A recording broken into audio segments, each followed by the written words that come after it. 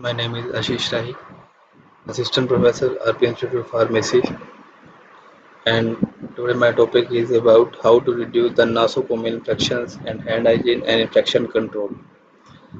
The hand hygiene is very important in infection control.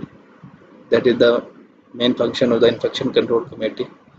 How to maintain the hand hygiene? We have to following techniques: provide sinks, clean water, and soap at the location, and hand washing. Where hand washing are unavailable, we can use the alcohol-based sanitizer or any other hygienic techniques. We should monitor the compliance of the infections, and we should also use gloves whenever necessary while dealing with the dirty works or any other infection related to the patients. And how we can ensure that the environment is clean. For there we have to establish the policies and procedure to prevent food and water contamination. We should be regular schedule of hospital cleanings like baths in operating theaters and laundry, and they should be disposed of medical waste safely like needles and syringes and other infected wastes can be incinerated or autoclaved safely. And we should there be extra bags and isolated soiled linen from normal hospital traffic.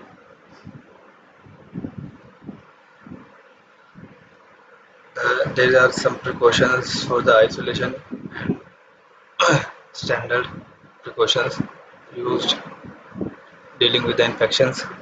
Wherever possible, avoid the crowding wards and implement specific policies regarding communicability like private rooms and bars for that particular type of patients. And there should be a very policy like scheduled time for that, like 1 hour in morning and 1 hour in night.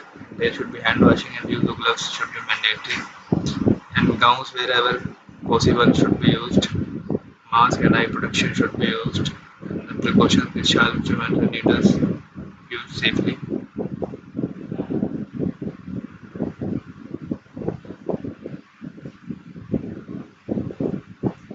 And there should be cleaning, disinfection, and sterilization of instrument and supply should be used. Like written policy and procedures are needed for that. Steam sterilization should also be needed, and quality control process like sterilization parameters, time, temperature, and pressures, and biological indicators should be used. Sterilized items should be used in enclosed clean area. So these are the safety and the precautions which we can use by handling infections and disinfection and cleaning in hospitals. Thank you.